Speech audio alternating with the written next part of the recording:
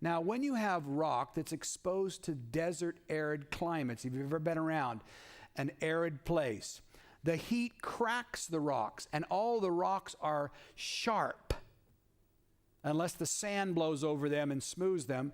But for the most part, you can tell whether or not it's been worn by sand or not. The rocks around the base of this 60-foot tall split rock are all washed with water.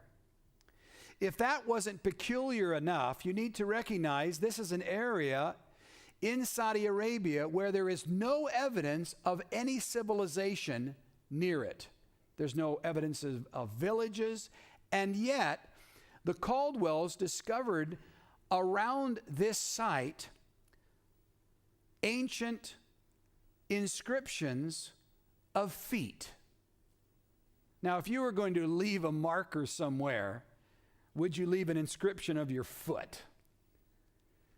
Well, what they left was these inscriptions. Apparently, according to their own writings, the Caldwells say that they found dozens of these stones, these rock inscriptions with footprints. What's significant about that? Well, if you remember, God will tell the nation of Israel that when they enter the promised land, God will give them all the land that they place their foot on. These are the anticipatory markers of their home.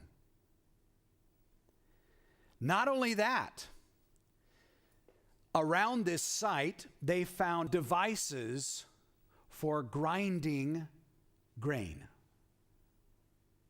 How about manna? By this time, the nation of Israel was being fed manna.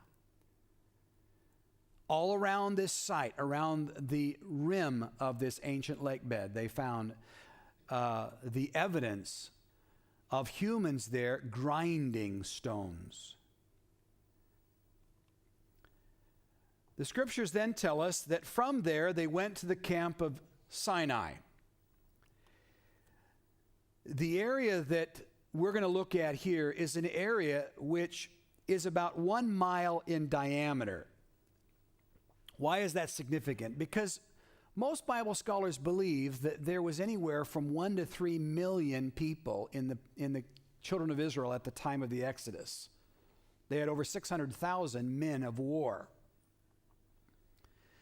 One of the problems you have when you go to the traditional site in the Sinai Peninsula, of course, is you arrive there and realize, wow, there's not room for 3 million, there's not room for 300,000, there's not room for 30,000. They couldn't live here. In this particular area, there's a nice big flat area in which there are many different archaeological sites. Again, you can view all this using Google Earth. There's large fenced-off areas. And according to the Caldwells, they visited one of these sites and saw that there were significant evidence for dwellings there. And they found ancient grave sites. You remember when Moses comes down from Mount Sinai and he sees what the children of Israel had done, that they had made this golden calf and they were worshiping it and playing harlotry before it, that he took and he ground up the gold, put it in the water and made them drink it, and many died. Well, what have they found there? They have found ancient gravesite, and they've found a significant repository of gold in the middle of the desert. It's one of the reasons why the Saudi government doesn't want anybody doing digs there. The nation of Israel were also told that they were to make boundary markers around the base of the mountain. And it was first Bob Cornuke and Larry Williams traveling to this area, and also the Caldwells, who found and photographed many different types of boundary markers, man-made pillars. And they surround the base of the mountain at this point.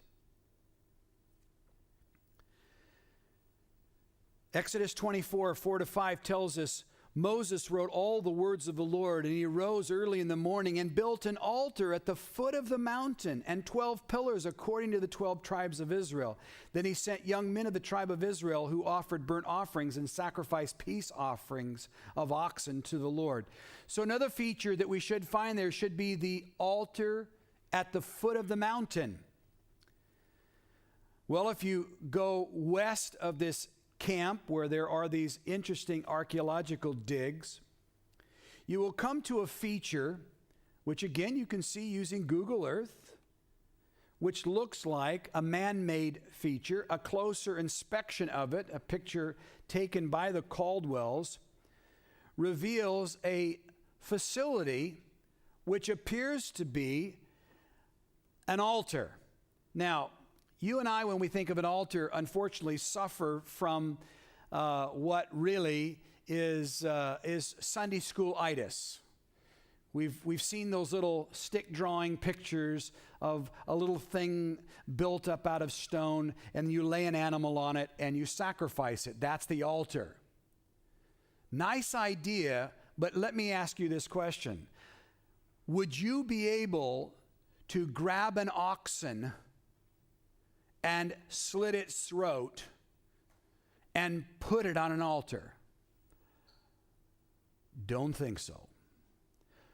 The way you slaughter animals is you drive them into a facility where they can no longer turn. And when they get to the end of the facility, then you kill them, and then you take them and put them into the place where the sacrifice will take place.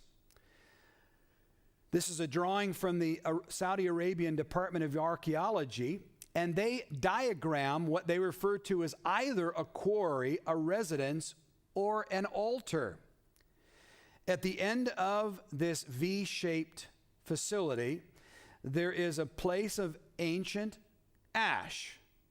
Now, when you consider the fact that in Saudi Arabia itself, the religions there did not practice animal sacrifice. Therefore, it would not be logical to assume that that which was built here was of Saudi Arabian origin. And that they've identified ancient ash would lend credence to the idea that it was not a place of someone's residence where their refuge would go away.